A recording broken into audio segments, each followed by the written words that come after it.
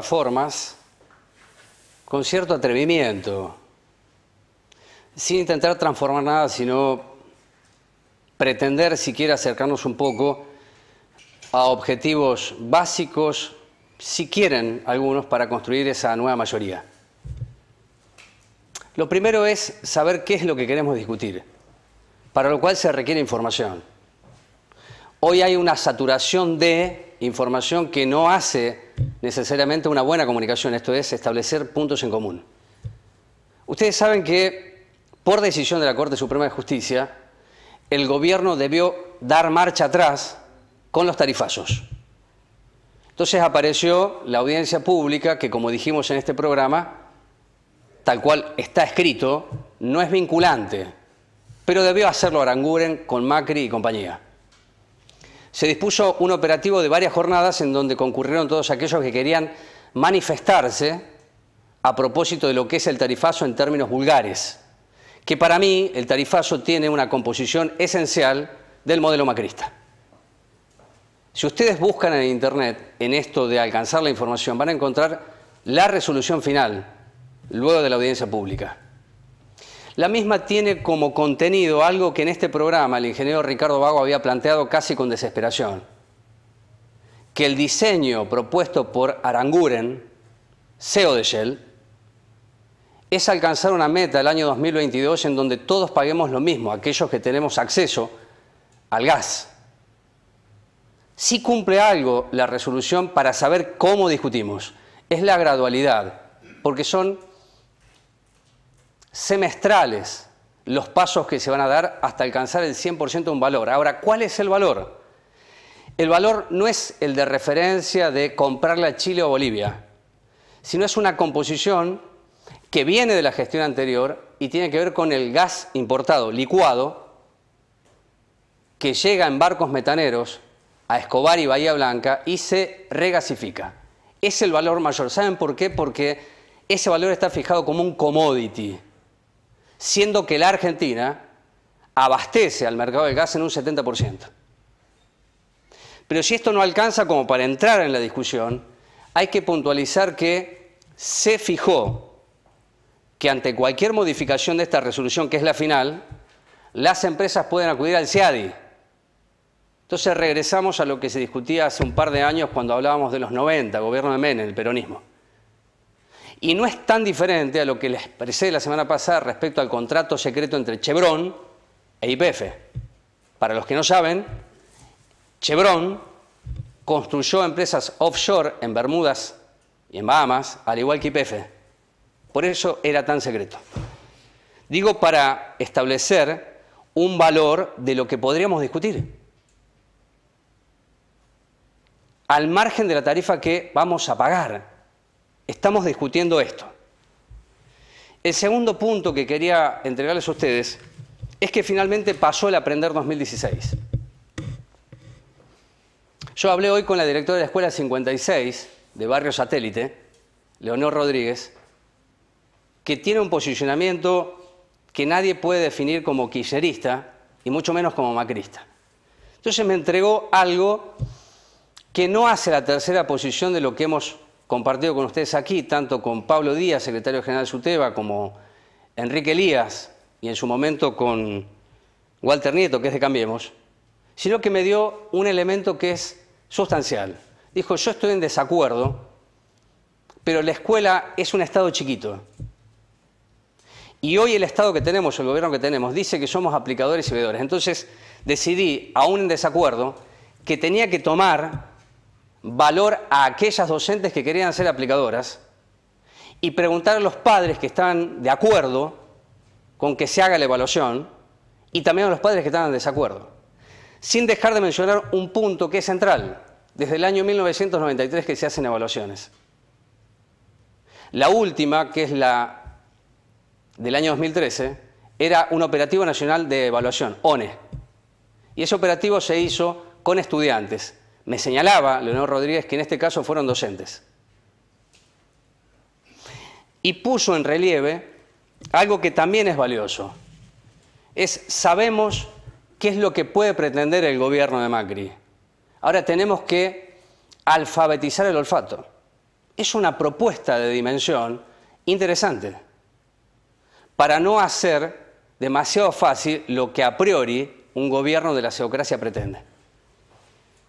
El tercer tema que quería compartir con ustedes en esta forma de ir y volver para pensar hacia adelante es que se cuestionó muchísimo al gobierno de Cristina Fernández de Kirchner cuando lanzó el operativo Centinela. Algunos lo recordarán.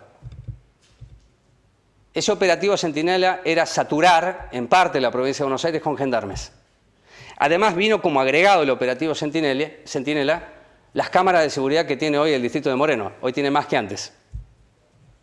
Ahora, ¿por qué se cuestionaba aquella decisión de Cristina Fernández de Kirchner? Porque dejábamos abierta la frontera por donde entra la droga. ¿Qué es lo que cambió para que el anuncio de Vidal y Macri sea distinto? Eso también lo podemos discutir, me parece. Porque no es una cuestión de saturación, porque todo dirigente político sabe que en sí mismo eso no resuelve el problema.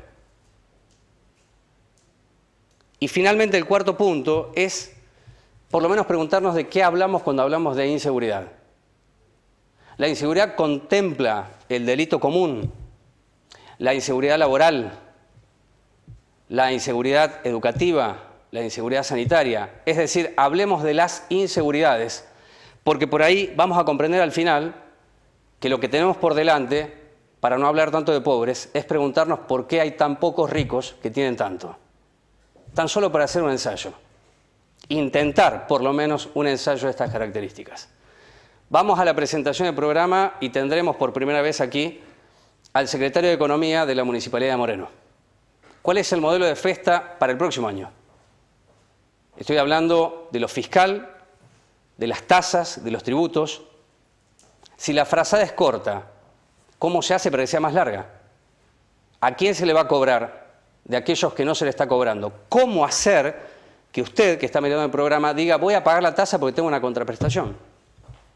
Voy a pagar con ganas la tasa. Sabiendo, claro está, que un municipio como el nuestro depende de la provincia y de la nación. Y esto lo ha dicho el intendente, no estoy diciendo yo. Necesitamos de la provincia y la nación para que esto sea gobernable. Luego estará aquí el doctor Joaquín Nogueira, que es el presidente de la Unión Cívica Radical, para hablar de las elecciones partidarias, para hablar de política y de los homenajes que se hicieron a un gran hombre de la historia del radicalismo. Y finalmente charlaré con Gastón Fraga, que es funcionario de la Municipalidad de Moreno, que además es uno de los hombres de la 125, una agrupación, y que se pinta en las paredes Fuerza Joven, ¿no?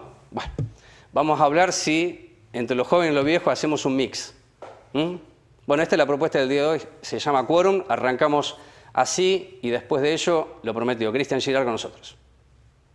Presenta este espacio Cámara de Diputados de la Provincia de Buenos Aires.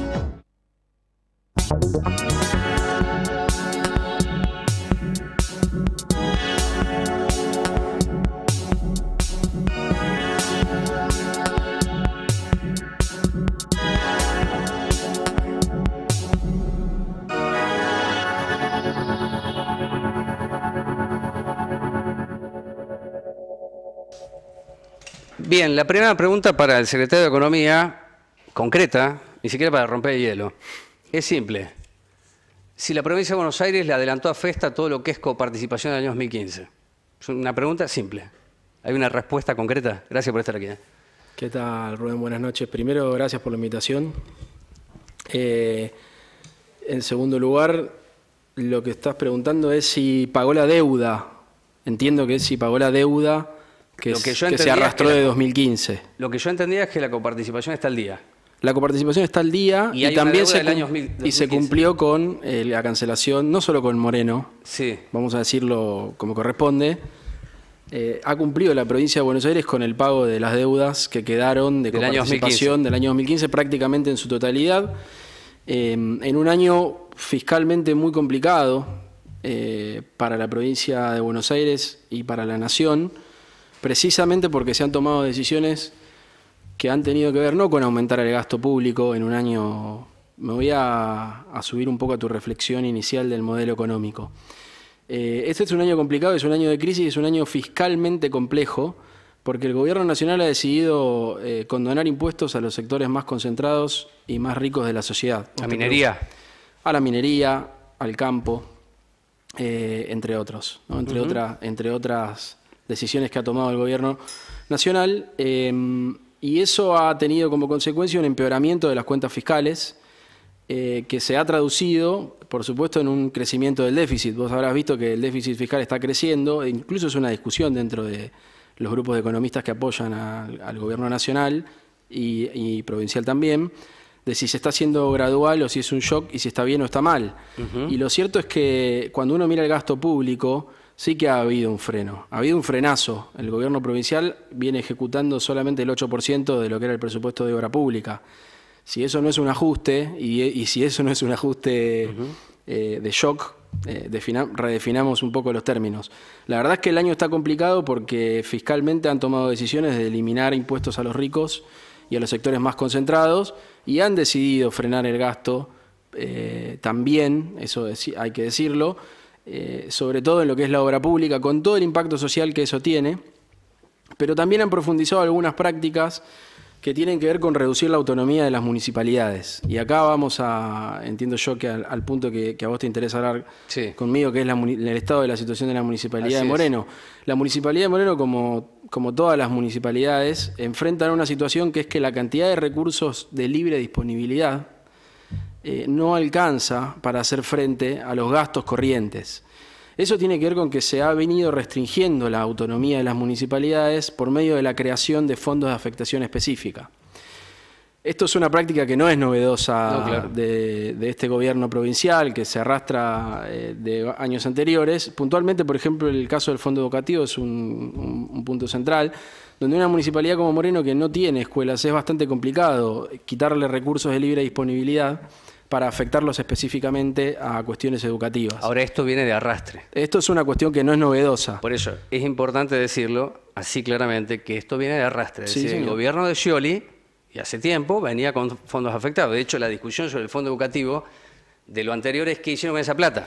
Yo creo que es que es producto de una configuración económica más general que el kirchnerismo intentó enfrentar y revertir, incluso con otras lógicas económicas, orientando el accionar del Estado nacional y provincial en pos de la inclusión social y el crecimiento del mercado interno, para de esa manera incrementar la recaudación por medio del cobro de impuestos vinculados con la producción y las ventas locales, y así poder aumentar el gasto público para generar inclusión social y que la rueda gire, pero que hay ciertas configuraciones neoliberales, si se quiere, o herencias del neoliberalismo que han subsistido. Ellas tienen que ver sobre todo con el retiro del Estado provincial y nacional de la garantización de servicios constitucionales, de derechos constitucionales. Estamos hablando de salud, estamos hablando de vivienda, estamos hablando de educación, que terminan siendo demandas sociales que tiene que atender directamente cada municipalidad. Claro, porque teníamos y seguimos teniendo un Ministerio de Educación sin escuelas, pero eso es de antes, ¿no? Acá en Moreno las escuelas están destruidas y es de antes, ¿ok? Entonces, esto no es para decir que lo de hoy está bien, estoy diciendo que lo de antes está mal y hoy continúa, perdura. De allí que la pregunta respecto a la autonomía, que lo tomo, lo que decía usted, es que hace tiempo que los municipios no son autónomos, sobre todo aquellos municipios que gastan mal. Porque si se gasta mal, se demanda más a provincia para los auxilios. De allí que el inicio de la charla era si la provincia ya entregó todo de coparticipación. ¿Por qué pregunto esto? Porque si entregó todo, ¿qué hacemos hasta fin de año? No, toda la coparticipación de 2016 no. La coparticipación de 2016 se entregó al día. Al día. Es decir, Moreno ha recibido la coparticipación correspondiente hasta el 20 de octubre, que es el día de hoy. No todo hasta fin de año, es decir, quedan todavía ingresos por recibir de la coparticipación. Bien, si eso queda. Aclarémoslo, la coparticipación son ingresos de la municipalidad, porque son impuestos que por ley corresponden a los municipios y deben ser repartidos automáticamente, en teoría, por la provincia. Y que responden a un coeficiente que se llama CUD, coeficiente único de distribución, que debería reflejar la situación socioeconómica estructural de los municipios, junto con algunos indicadores, en particular vinculados con la atención de la salud. Claro. Si tiene hospitales, si el hospital tiene camas, cuántas prestaciones odontológicas, cuántas prestaciones médicas se hicieron en el municipio. A fin de año la provincia analiza todas esas estadísticas y define cuánto le corresponde a cada uno de los impuestos coparticipables. En el caso de Moreno, y déjame retomar lo de la autonomía, sí, ese coeficiente es 1,76. Es la mitad del de Merlo y es casi la mitad del de Malvinas Argentinas. Y uno, la verdad es que si piensa en la condición socioeconómica y en el fuerte atraso en términos de infraestructura que sufren estos territorios, la verdad es que no es muy distinta la realidad de Moreno con la de Merlo y con la de Malvinas. Y sin embargo, Moreno recibe la mitad de los recursos de coparticipación. Eso es algo en lo que estamos trabajando con la provincia, porque entendemos que no se está reflejando de manera adecuada las necesidades de Moreno en este contexto que te decía, donde la municipalidad se hace cargo, y por eso plantea lo de la autonomía, de garantizar el acceso a esos derechos que son constitucionales. Por ejemplo, la Municipalidad de Moreno se hace cargo de cargar combustible de los patrulleros de la Policía Bonaerense. La Municipalidad de Moreno atiende los comedores y los merenderos con personal propio. Atiende lo que es la asistencia social con personal propio. La Municipalidad de Moreno resuelve la atención primaria de la salud en 42 unidades sanitarias con personal propio. Porque es atención primaria y corresponde al municipio. Con recursos propios. Claro. Bien, podemos hablar no, yo creo que Moreno en profundidad. Necesita, es más, Festa en Campaña planteaba otro hospital. Claro que merecemos otro hospital. No solamente para que se modifique la coparticipación, sino que no hay acceso al derecho a la salud con un solo hospital y sin médicos. Un hospital con 180 camas para 600.000 habitantes, que está ubicado en zona céntrica, en un municipio que tiene una traza urbana incompleta y que ha crecido sin un plan de urbanización razonable y acorde a la modernidad y al siglo XXI, y que ha presionado la demanda de los servicios y que ha impuesto la necesidad de que la municipalidad se acerque a esos vecinos para no dejar de prestar esa asistencia que vos decís, como bien decís, es una obligación del Estado. Después podemos ver de qué nivel del Estado. Pero bueno, esos 42 centros de atención primaria implican una erogación de recursos. Sí, claro. De hecho, el gasto en salud de la municipalidad representa el 19%. Y después está pasando otro tanto con, te mencioné lo de seguridad, te mencioné lo de desarrollo social, y lo mismo con lo que son servicios públicos.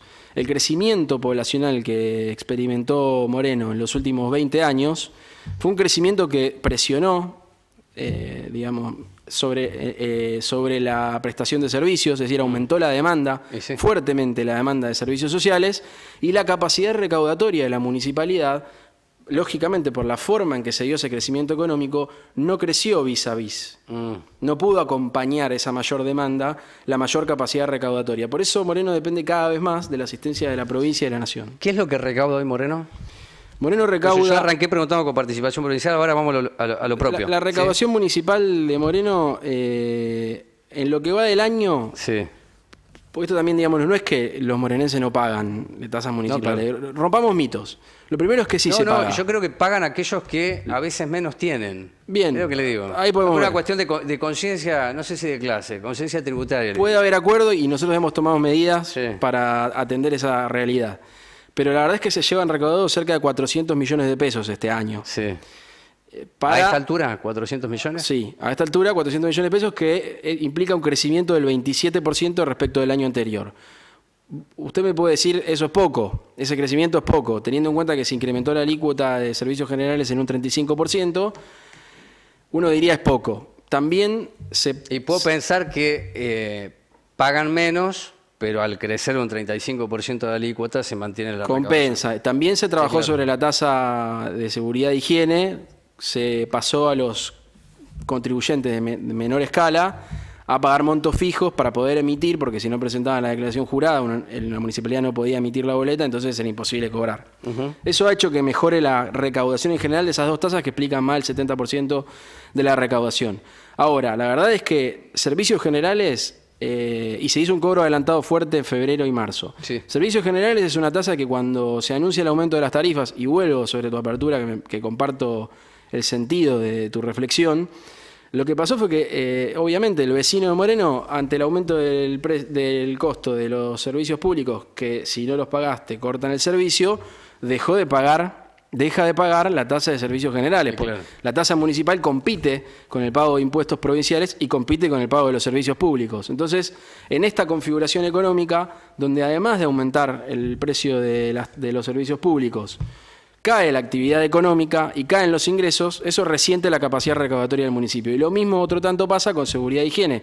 Si la actividad económica está cayendo, las ventas están cayendo, aumenta el costo de la energía, del gas y de la energía eléctrica, lógicamente los comerciantes y las empresas, las pymes, que tienen que de repente reducir el personal y hasta cerrar sus puertas en un año de crisis, dejan de pagar la tasa de seguridad e higiene. Eso resiente la capacidad recaudatoria del municipio y solo creció un 27% respecto del año pasado. Es un número interesante para ver cómo varió la recaudación provincial en este mismo periodo, que no difiere mucho del 30%. Es decir, Moreno está recaudando bien. Tengo 3 preguntas finales y 3 minutos. Bueno, veamos cómo hacemos. La primera es, si cuando usted asumió la Secretaría de Economía se encontró con gastos superfluos, como suele decirse, y pegada a esa pregunta es, si además hay poco, se gasta mal, ¿qué ocurre?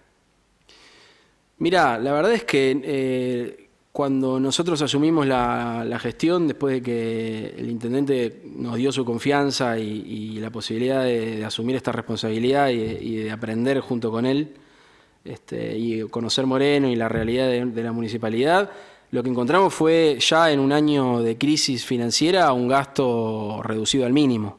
La verdad es que no hay gastos superfluos. Los gastos fundamentales de la municipalidad de Moreno hoy son el pago de salarios, el contrato de recolección de residuos, la carga de combustibles, que mucho tiene que ver seguridad con lo que es patrulleros, ambulancias de la REM y infraestructura que resuelve el servicio de recolección de residuos, y no solo eso, sino diversos servicios que tienen que ver con logística en la municipalidad.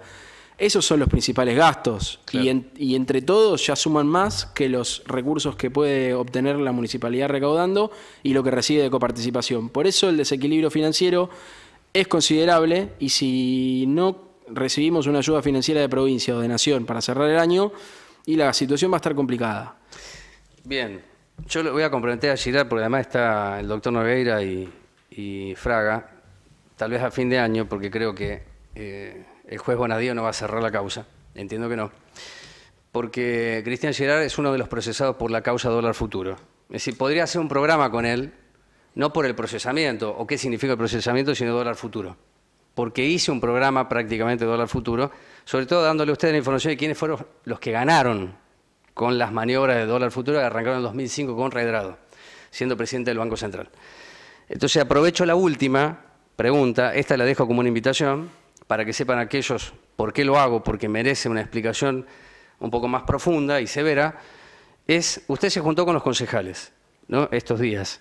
Yo quiero saber, aunque sea sintéticamente, cuál es el diseño que tiene usted como secretario de Economía de FESTA para el próximo año. Porque van a llegar a pagar sueldo, y creo que ni para bono van a tener. Van a dar todos bonos menos Moreno. Al paso que vamos es así.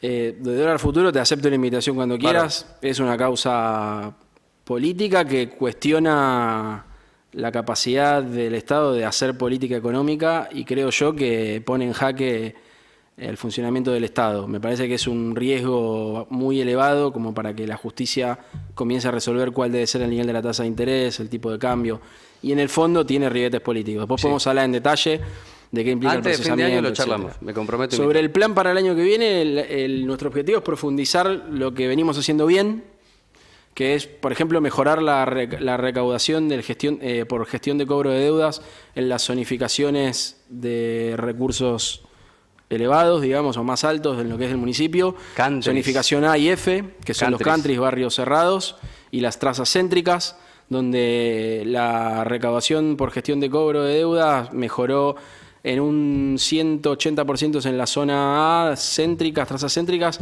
y en un 460% en la zona F, que son countries y barrios cerrados, porque evidenciamos que si teníamos que hacer un esfuerzo en Moreno para que mejore la recaudación de la municipalidad, poder prestar mejores servicios, bueno, que lo hagan los que más tienen en este año, que además es tan complicado, y porque además corresponde, porque es una deuda. Entonces, La idea es seguir trabajando en darle progresividad a la forma en que recauda la municipalidad y que los que más tienen colaboren de una manera adecuada y acorde a sus ingresos. Pero también atender a los sectores que menos tienen, porque es una forma también de dar derechos, atender la capacidad de pago o no de los sectores que de por sí son sectores excluidos, de medios, bajos ingresos, y que me parece que es importante que el Estado los comience a considerar como ciudadanos y vecinos de la municipalidad, para incorporarlos a la vida de la municipalidad, para que se hagan cargo de los servicios públicos, de los bienes públicos. Me parece que hay una cuestión cultural ahí que es interesante trabajarlo. Hay que pagarlo y hay que valorar los servicios y hay que cuidar lo que se tiene. Los que menos tienen y los que más tienen también tienen que valorarlo. Se va a trabajar en una segunda etapa de la reforma de seguridad e higiene, donde se va a diferenciar por escalas de tamaño. Los que más facturen y los que más metros cuadrados tengan pagarán distinto de los que menos tienen, de los que menos metros cuadrados tienen y menos facturan en lo que es montos fijos. Y la idea es empezar todo esto a discusión, Sí, claro. También empezar a discutir, si no diferenciar entre grandes y chicos en los que pagan de acuerdo a declaración jurada también. Y sobre todo hacer un reempadronamiento y un censo para incrementar el universo de contribuyentes. Me parece que eso es una clave en la que todos estamos de acuerdo. Hay que incrementar el universo de contribuyentes porque es la única manera de generar más recaudación sin que los que están pagando sientan que los estamos ahogando. Entonces, más allá de si eso es cierto o no, lo cierto es que hay que trabajar, hay que tomar con responsabilidad esa tarea. Hay que incrementar la cantidad de contribuyentes, para eso hay que hacer un censo, un reempadronamiento, salir a la calle. ¿Esto lo tienen que hacer antes que manden al Consejo Deliberante de lo que quieren mandar? No, la idea es... ¿Es para el próximo año? Sí, es para el próximo año, la idea es discutirlo con el Consejo Deliberante. Y por el lado del gasto, bueno, eficientizar el proceso de gasto, centralizar compras, transparentar los procesos de compra, dar información pública, esa es una gestión abierta, siempre mostrándole a la gente lo que estamos haciendo. Esa es la intención del intendente. Nosotros estamos simplemente cristalizando lo que él nos pidió y revisando los contratos principales para ver de qué manera se puede ahorrar y todos poner el hombro para sacar adelante Moreno, porque aparentemente la configuración económica del proyecto nacional le depara un lugar que tal vez no lo tenga entre los primeros lugares de los más beneficiados. Gracias por estar aquí. Muchas gracias por la invitación. No voy a hacer ningún cierre porque se me va el tiempo y está Pipe Nogueira para charlar y también Fraga, ¿no? Pero bueno, esta configuración, la que dice Girard, hay que verla en la práctica, ¿no? Si todo lo que se dice se puede hacer una parte, mira lo que le digo, una parte, no todo. Ya venimos.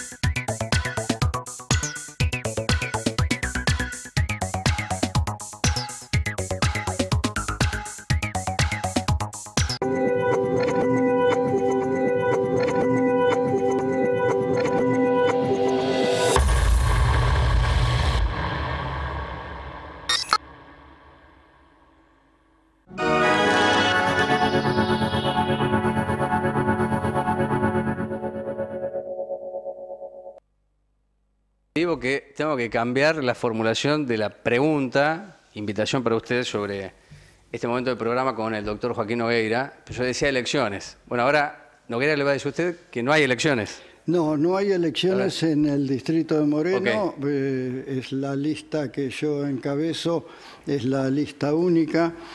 Había una cuestión de validez del rechazo que habíamos hecho nosotros y la Junta Electoral de la Provincia de Buenos Aires, y la Justicia Federal lo zanjó inmediatamente.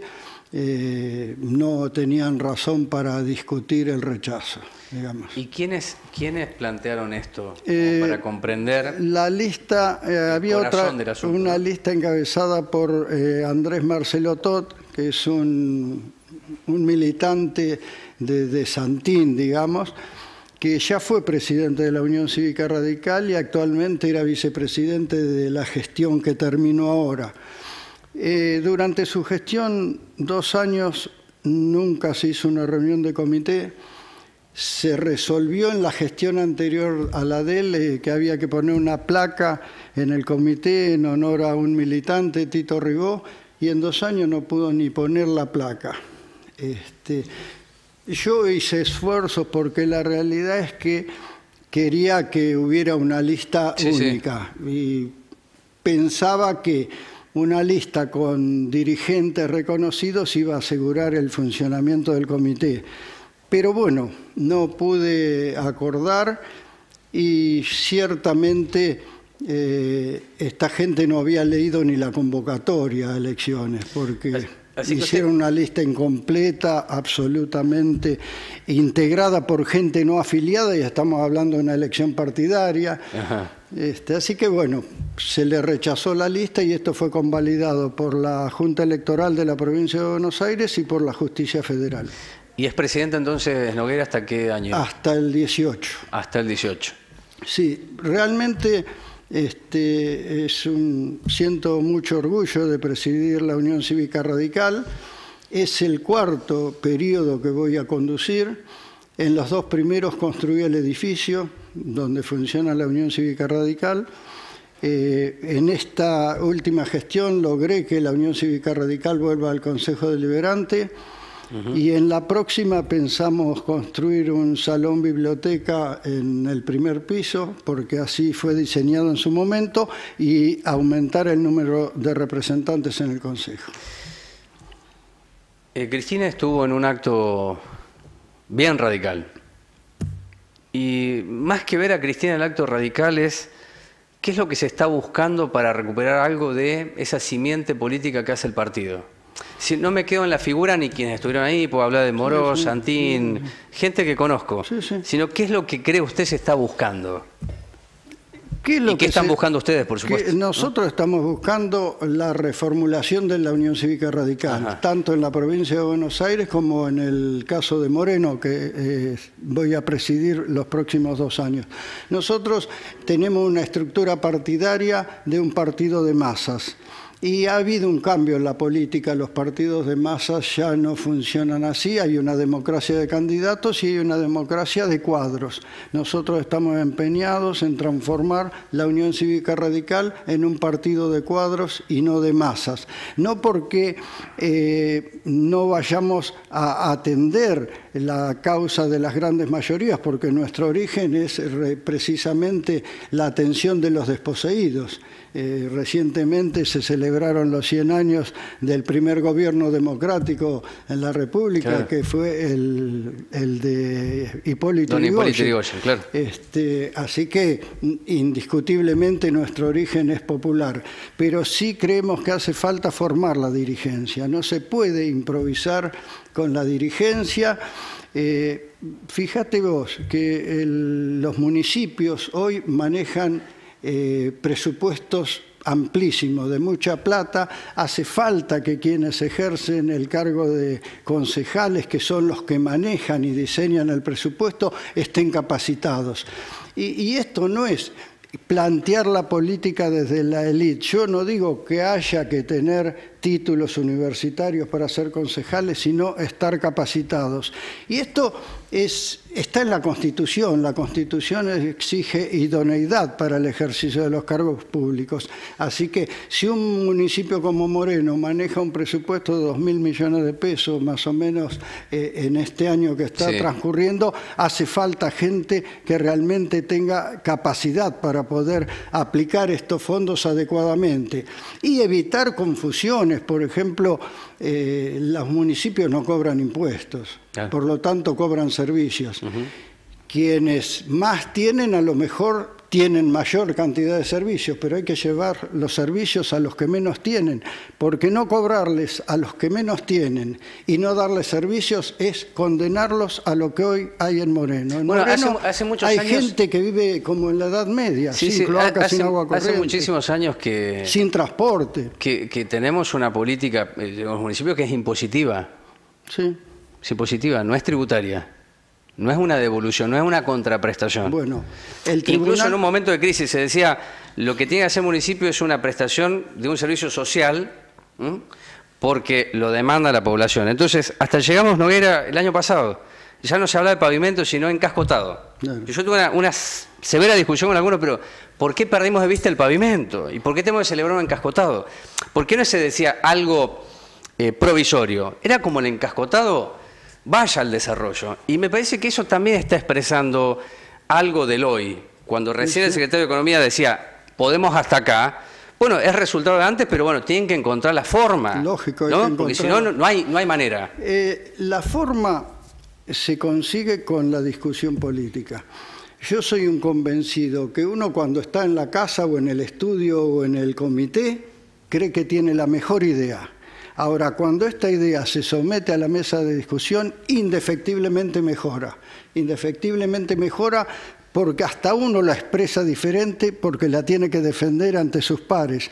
Entonces creo que la discusión política es sustancial y esto es lo que falta en el Consejo Deliberante. En el Consejo Deliberante no se discute política. El Consejo Deliberante es un cuerpo que ha perdido su personalidad, no tiene vocación de poder. Son empleados municipales calificados. Yo soy un enamorado de lo que es la función del Consejo Deliberante, porque creo que es el más importante de los dos poderes. ¿Por qué? Porque controla al otro. ¿Por qué? Porque diseña cómo se gasta la plata. Ahora, todo esto desapareció del Consejo Deliberante. Se han transformado en empleados jerarquizados.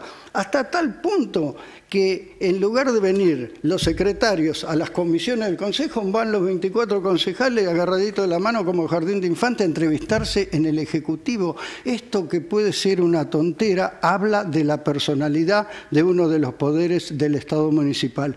Hoy es impersonal, ha perdido esta capacidad de control y de ejecución. ¿Quisiera postularse para concejal? No quiero postularme para concejal porque ya me pasó la época de hacer docencia. Y cuando uno tiene un consejo deliberante donde hay concejales que hace 20 años que están y no conocen el reglamento, no conocen la ley orgánica, no conocen la Constitución, sería una labor tan pesada que... A esta edad, dice usted... Yo atiendo en el barcito de la esquina, asesoro a los concejales y hago política, que es lo que me gusta. Dígame sobre lo que se aprobó ayer. Bueno, yo no sé si es reforma política. Creo que vamos a una boleta única, electrónica y demás. Sí. Si eso augura una comprensión de lo que es el voto, si cree que eso fortalece la democracia, yo lo podría discutir con usted, así como le decía a Girard, discutamos esto, bueno, podría discutir con usted sobre cómo sería una forma democrática que no sea tan liviana como la actual, es decir, sin tanta irresponsabilidad, sería, ¿no? Pero bueno, es lo que hay, ¿no? Es lo que hay. Yo creo que, bueno, en algunas cosas soy irigoyenista. A ver. Mi único proyecto es la Constitución, como decía Irigoyen. Y en otras cosas soy alenista, porque digo, es lo que hay, no me gusta. Yo digo, se hace lo que se debe hacer o no se hace nada. En definitiva, esto fomenta la capacitación de los dirigentes. El dirigente no puede estar achatado. Me parece que el tema de la boleta única es un paso, ya fuera boleta única de papel o la boleta electrónica. Creo que la discusión va a estar en la pantalla. Sí, ahora, ¿no le parece que es... para mí es pretencioso hablar de reforma política, para mí es una reforma electoral. No es una reforma política, por favor. Una reforma... Con mucho optimismo es una reforma electoral. De ahí que dije, mucho optimismo. Por eso dije, es lo que hay. De reforma política acá no se está discutiendo. No. Si acá, ni en Moreno, ni en provincia, ni en Nación, no se está discutiendo. Esto no es nada más que una reforma. Y si no hay una reforma política, ¿cómo se modifica el escenario que usted me planteaba recién? Es decir, si tenemos 24 representantes que de la mano van a hablar con el intendente, es decir, ¿cómo sería? Si en realidad ese escenario forma parte de una cotidianeidad, de una tranquilidad, porque no hay exigencia, claro, entiendo yo. No hay exigencia. ¿No? El tema es el siguiente. En el conurbano la situación es muy crítica porque los medios nacionales nos absorben. Cuando uno va de Mercedes para afuera, en Mercedes se lee primero el diario de Mercedes y después agarran el Clarín o La Nación. Claro. Acá no tenemos diario, o sea, esta es una diferencia sustancial. Y otra gran diferencia es que en el interior se llega a ser concejal por el prestigio personal. Acá desconocidos llegan a ser concejal y después son conocidos porque salen en el diario, arreglan con los chinos, estas cosas. Entonces, esto es un grave problema del Gran Buenos Aires, que creo que ahí sí habría que hacer una reforma sustancialmente de comunicación. Yo creo que los medios nacionales tienen que tener obligación de tratar los temas locales. Y naturalmente lo que hay que dar es posibilidad de desarrollo al periodismo local, que hoy no está. Yo sé lo que es tener un medio local, claro, sé el sacrificio que implica y sé que se trabaja a pérdida. Por eso creo que ahí hay que pensar en ayudas para la distribución de las pautas y fundamentalmente para que pueda haber, puedan resonar las voces cuando uno discute política y tiene proyectos, porque finalmente no se discuten los proyectos. Decime vos si recordás algún debate de candidatos a intendentes que haya pasado por decir mi diseño para Moreno es este. Yo no lo recuerdo. Gracias por estar aquí. No, gracias a vos por la oportunidad. Bueno, hay algo que me quiero quedar de esto que dice Nogueira. Es decir, el Consejo Deliberante este año ha tenido una extraordinaria oportunidad, porque el intendente dijo, yo les doy la información. Mire, busquen en los cajones para hacer una rendición de cuentas. Lo hace porque Festa no tiene mayoría. Lo mismo puedo pensar de Vidal, lo mismo puedo pensar de Macri. Ahora, por alguna razón, que es política, decidieron acompañar en forma laxa a Festa. Y lo he dicho en este programa. La frase que elegí es, no hay que ponerle palos en la rueda, hay que sacar los palos que están en la rueda. Y es una propuesta de comprender la política desde otro lugar. Hoy le hice una nota a Pedro Camps, cierro con esto, porque lo vi en una presentación que se hizo en el día de hoy de Daniel Arroyo, de su libro Las 4 Argentinas de la grieta social. La semana que viene voy a comentar qué me dijo Arroyo cuando me pregunté qué pasa con los ricos. Me comprometo a hacer una editorial la próxima semana de esto. Y lo vi a Pedro Camps, y es la segunda vez que lo veía a Camps en un acto convocado por el Frente Renovador. La anterior fue cuando vino la diputada del Parla Sur, Gil Lozano. Entonces le dije, me quiero hacer una nota. Le pregunté, ¿usted está más cerca del masismo? Y me dijo, no. Ahora quiero aclarar, empecé a caminar solo. Ya no estoy en el Frente para la Victoria. Y esto se lo comuniqué al intendente Festa. Y le expliqué por qué. Es decir, lo apoyo, pero no estoy de acuerdo con lo metodológico. Entonces me llevó una pregunta casi de cajones. ¿Cómo ve usted, Camps, que hace tiempo está en el Consejo Deliberante, al HC? Y me dijo, en decadencia. Si los que están ahí dicen eso, me eximen de cualquier opinión. Pausa y cerramos el programa con Fraga, aquí en Quórum.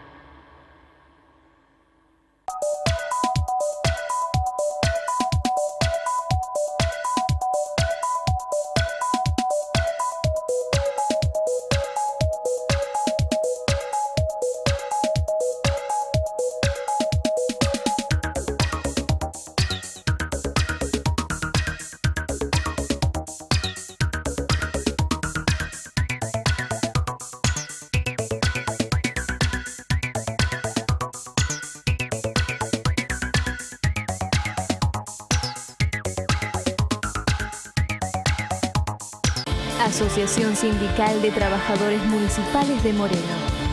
Del lado del trabajador. en defensa de nuestros derechos laborales y abiertos a la comunidad de Moreno.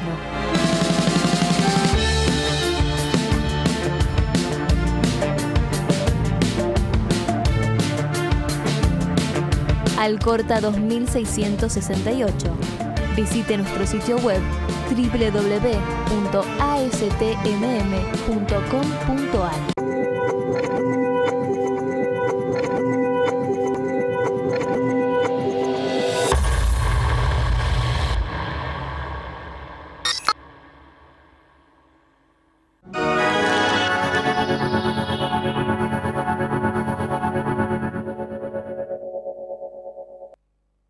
Último bloque de quórum.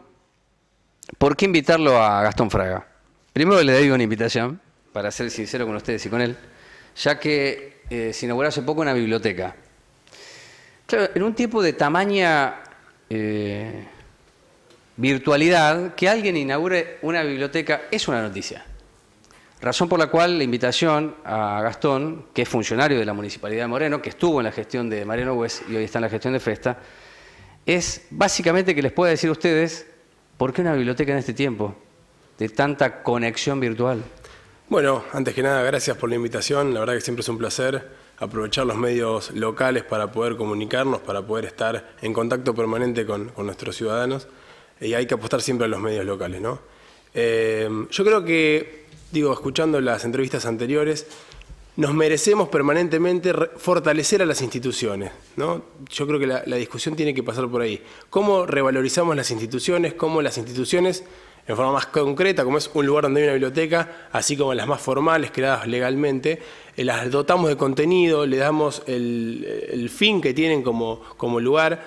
Y es un poco lo que hemos buscado con este nuevo espacio, digamos. ¿En dónde está ubicada la biblioteca? Esto está ubicado en el barrio Cascallares, Moreno Sur, y la verdad que veíamos, nosotros hace varios años que veníamos trabajando en el barrio y teníamos otro lugar a la vuelta donde estamos hoy situados, la necesidad de tener un lugar de contención social donde la excusa es la biblioteca, pero obviamente la realidad te excede y va teniendo otras modalidades u otras atenciones más allá de lo meramente bibliotecario, digamos, ¿no? Obviamente el apoyo escolar, que tenga material didáctico, que se pueda leer. Pero, contención social, un lugar donde los chicos puedan estar conociendo otras cosas, donde puedan tener un abrazo, donde puedan tener una cuestión alimentaria. Lamentablemente vemos cómo se torna más necesario una merienda, un almuerzo, porque las necesidades básicas están de una urgencia absoluta, mucho en estos barrios tan populares y postergados también.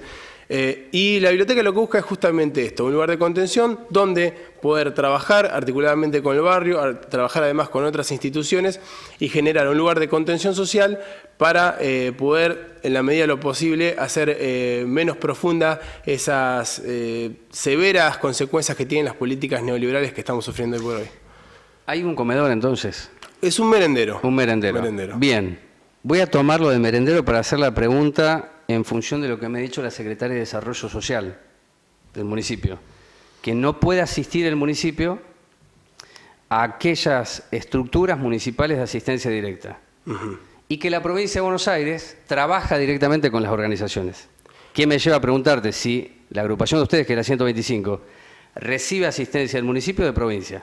No, nosotros como institución, más allá de la parte de la agrupación política, tenemos una asociación civil que es la representación o la personería jurídica, y nosotros el apoyo que tenemos, sabiendo y entendiendo las limitaciones que hoy por hoy tiene el municipio por todo el proceso que veníamos explicando recién, está sufriendo, tenemos un apoyo de alguna cantidad de recursos para poder sostener este espacio, pero hoy por hoy es cuando más se necesita de la voluntad de los compañeros que conforman la agrupación, el aporte que hacen los compañeros, la organización además de articular con otros espacios y realmente apelar a la responsabilidad social de empresas, de comerciantes, de toda aquella... ¿De provincia reciben algo? No, únicamente del municipio. ¿Han solicitado provincia? No, tampoco lo hemos hecho. ¿Del municipio? Del municipio.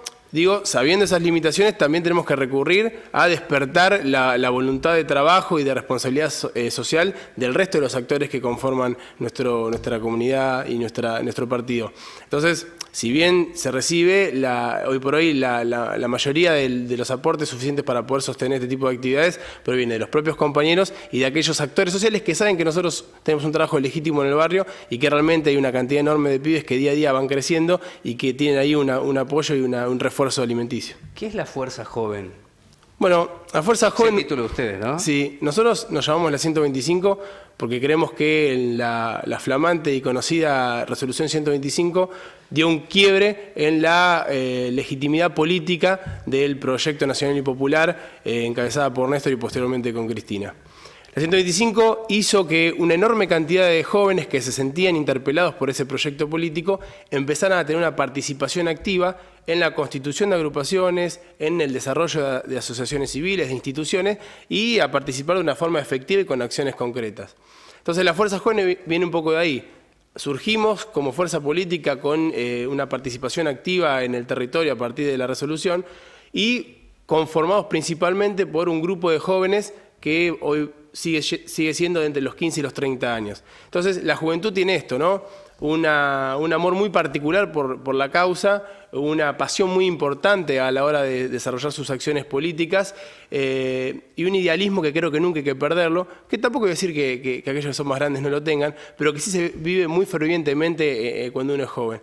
Y que realmente esa fuerza tiene que dar la base legítima para este proyecto más grande del cual formamos parte, para que en algunos casos dentro del gobierno, pero otras cosas cuando electoralmente no se puede, desde otro lugar fortalecerlo e ir a recuperar ese lugar de administración que es el que nosotros realmente creemos que puede generar los cambios sociales profundos. ¿Por qué perdieron la elección en el año 2015? Es una pregunta que tiene miles de interpretaciones. Dame dos, porque con dos me alcanzan. Yo creo que hemos tenido falla de construcción política.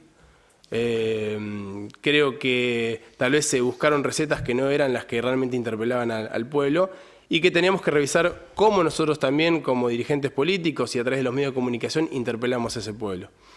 Yo creo que, no se había trabajado o no se ha trabajado, y es una duda pendiente todavía, cómo interpelamos al trabajador y si le estamos dando desde nuestro proyecto político y de nuestra organización política los lugares para que el trabajador se sienta incluido y de ahí de las peleas que tengan que ver contra las patronales. Y no haber atendido determinadas cuestiones que nos estaba pidiendo determinado sector social, que si las desatendemos, obviamente van a generar un alejamiento y no vamos a poder seguir contando con su apoyo popular como se había pasado en el año 2011. Vos sos funcionario del área de seguridad, sí. ¿Correcto? Estuviste en tránsito, sí. Hoy estás en seguridad. Sí. Viste que recién charlaba con Noguera sobre la capacitación.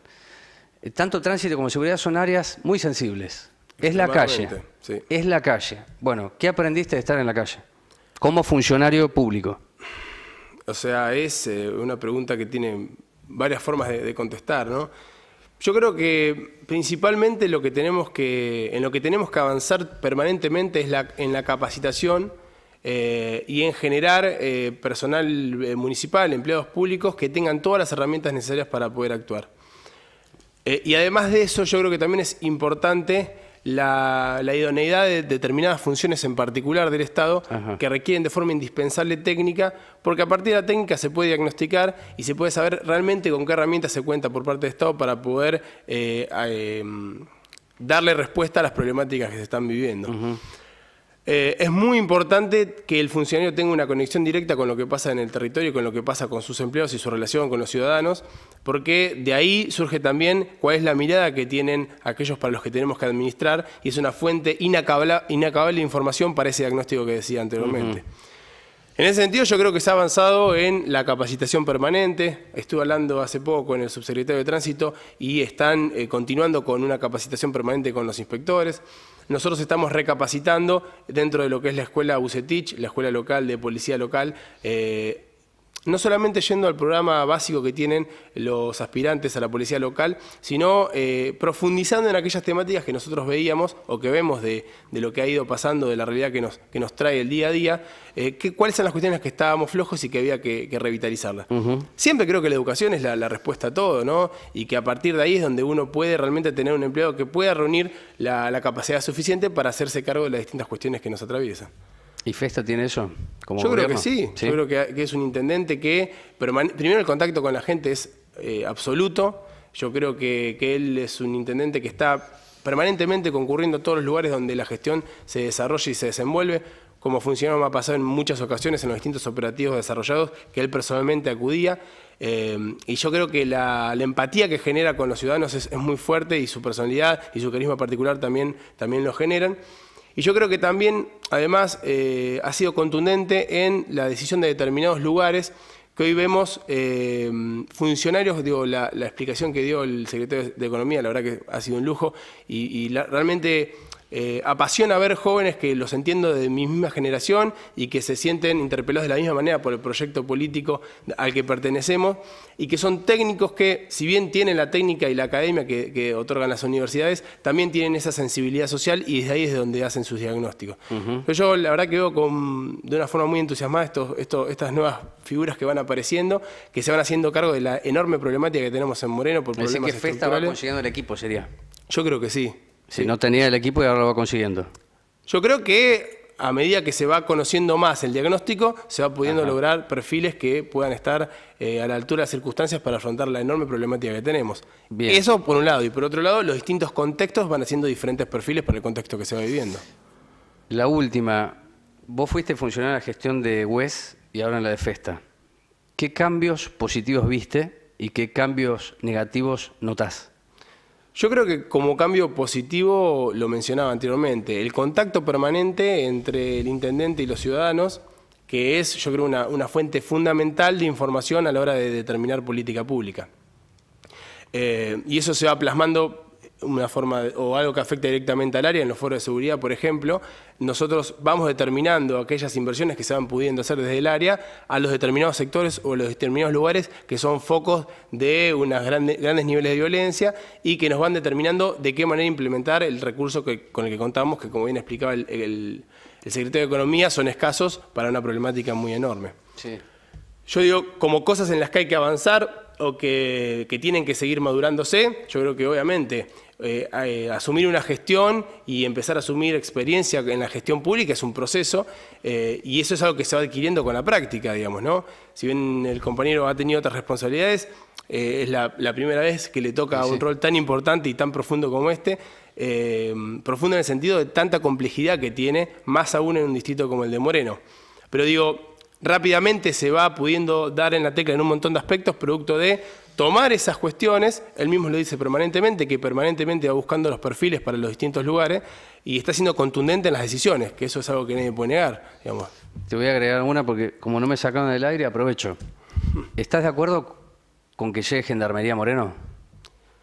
Y lo digo porque después de Duarte, que es el secretario de Seguridad, el segundo es él, el que está mirando en este momento.